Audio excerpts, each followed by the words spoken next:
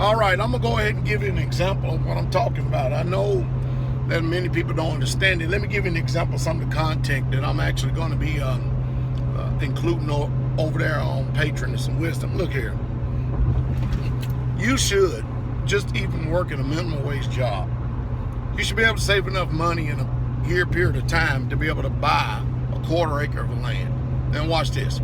Suppose you had people of like mind, and all of you are in one accord, and you may not all live on the same land, okay, but you want to live in the same close proximity to each other, but simply because they're just good people to live around.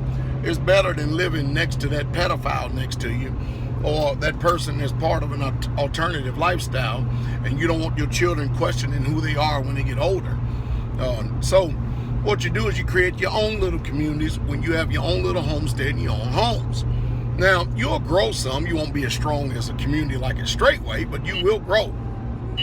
So what you ought to do is pretty simple. Oh, there it is.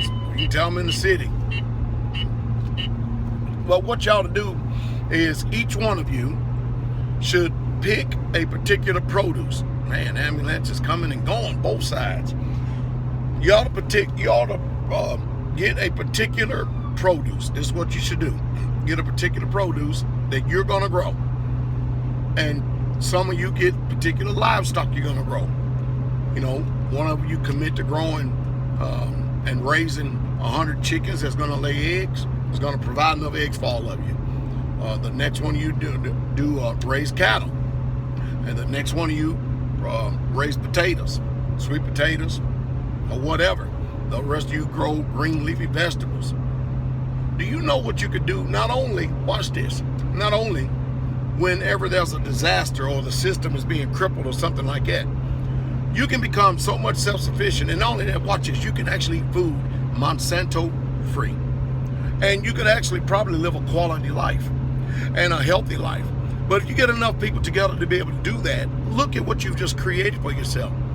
And then, you know, if you chip in to help each other out to build the homes, you could be debt free, no mortgage, no nothing. See what I mean? And that's not even living, not even living on a community. I think, because I do think it's better to live on a community, but you see what I'm talking about. And if you choose to, you can co-op with some people and sell your produce retail to other people who see your lifestyle and want to be part of it. The Amish do it all the time. You could probably make a living off of it. You get a greenhouse and just grow nothing but tomatoes that year and can and make salsa. I mean, the sky's the limit. The bottom line is not dependent upon the system that they have given you and having you to trust in these trucks running back and forth to these stores. Because you think about it, you're in a bind if you live in these cities. And I've been to New York. You ain't getting out of this city if something bad happening. It ain't happening. You're gonna suffer. Just take my advice. Consider what I say. I just gave you some very serious wisdom.